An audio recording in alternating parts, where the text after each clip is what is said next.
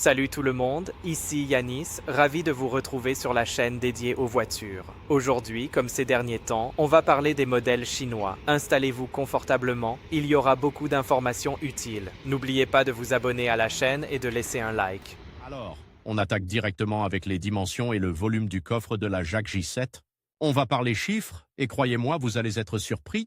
On a mesuré ça avec précision et on a trouvé un volume vraiment impressionnant. Je ne vais pas vous donner juste un chiffre sec, non, non. On va décortiquer ça ensemble. On a mesuré la longueur, la largeur et la profondeur du coffre, en tenant compte de la forme irrégulière, bien sûr, parce qu'il n'est pas parfaitement rectangulaire. On a pris plusieurs mesures pour être le plus précis possible, et on a calculé le volume total.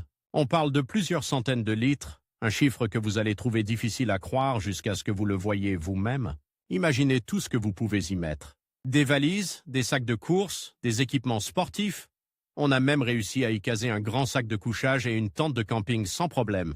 Et je vous assure, il restait encore de la place. On a vraiment été impressionné par la capacité de ce coffre. On a même fait un petit test avec des boîtes de différentes tailles pour vous montrer concrètement à quel point il est spacieux. Vous verrez ça dans la vidéo. Passons maintenant aux caractéristiques des barres de toit. La Jacques J7 est équipée de barres de toit très pratiques, solides et faciles à utiliser. Elles sont conçues pour supporter un poids conséquent, donc vous pouvez y attacher sans problème un coffre de toit supplémentaire, un porte-vélo ou tout autre équipement que vous pourriez avoir besoin. On a testé leur solidité et elles ont parfaitement résisté à la charge. On vous montrera tout ça dans les images. Un point important, l'installation est vraiment simple. Pas besoin d'être un expert en mécanique pour les monter et les démonter. On vous donnera quelques conseils pratiques pour une installation facile et sécurisée, pour éviter tout risque de dommages ou de mauvaise manipulation. On vous montrera comment bien serrer les fixations, comment vérifier que tout est bien en place et comment les enlever proprement une fois que vous n'en avez plus besoin. On a même testé différentes configurations pour vous montrer comment optimiser l'espace disponible sur les barres de toit. On a essayé avec un coffre de toit, puis avec des vélos, et on vous montrera comment adapter l'espace en fonction de vos besoins. N'hésitez pas à regarder attentivement cette partie de la vidéo, car elle regorge de conseils utiles. Alors, on attaque directement avec le coffre de la Jacques J7. On va voir ensemble ce qu'il a dans le ventre et croyez-moi, il y a de quoi être surpris. On commence par les dimensions parce que des chiffres, ça parle. On parle d'un volume conséquent, vraiment impressionnant pour une voiture de cette catégorie. Je vous laisse admirer les mesures exactes à l'écran, mais préparez-vous à être bluffé par l'espace disponible.